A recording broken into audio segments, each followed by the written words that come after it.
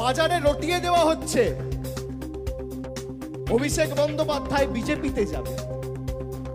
আরে আমার গলা কেটে দিলে কাটা গলা থেকে মমতা ব্যানার্জি জিন্দাবাদ বেরোবে।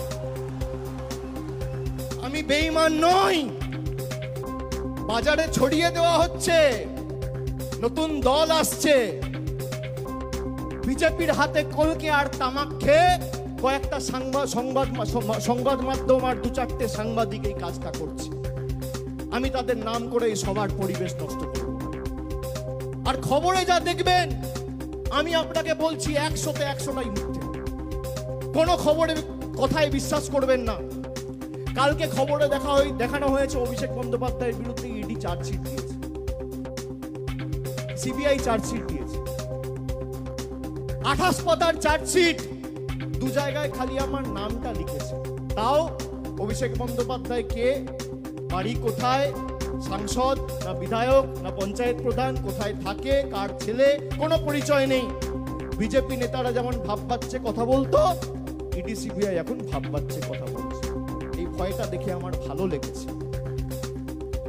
খবরে যা বেরোয় 100তে 100টাই মিথ্যে। আমি আপনাকে বলছি, 12 লক্ষ মানুষকে বাড়ি দিয়েছে আমাদের সরকার। একদিন একটা খবর দেখেছেন, 2.5 কোটি মানুষকে, 2.5 কোটি মহিলাদের, মায়েদের, দিদিদের, বোনেদের নিজের গচ্ছিত সঞ্চিত সরকারি রাজ্য সরকারের কোষাগার থেকে আমাদের সরকার লক্ষ্মীর ভান্ডার দিয়েছে 50,000 কোটি টাকা খরচা করে। একদিন খবর দেখেছেন? এই খবর দেখবেন না। অভিষেক ব্যানার্জির বিরুদ্ধে সিবিআই চার্জশিট দিয়েছে।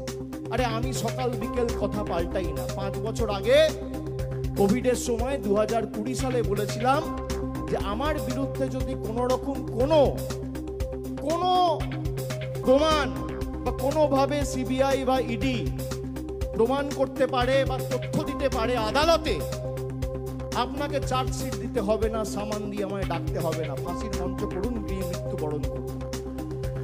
আজকে একই কথা বলছি, আপনার কাছে প্রমাণ থাকলে প্রমাণ দেবেন। আপনি কি ভাবছেন থমকে চমকে দমিয়ে রাখবেন? আমি অন্য ধাতুতে তৈরি। আপনি যত প্রহার করবেন, যত আঘাত করবেন, মানুষের কাছে যাব মাথা নত করে সমর্থন চাইবো। আপনাদের কাছে আত্মসমর্পণ, বশ্যতা স্বীকার করার পাত্র অভিষেক বন্দ্যোপাধ্যায় নয়।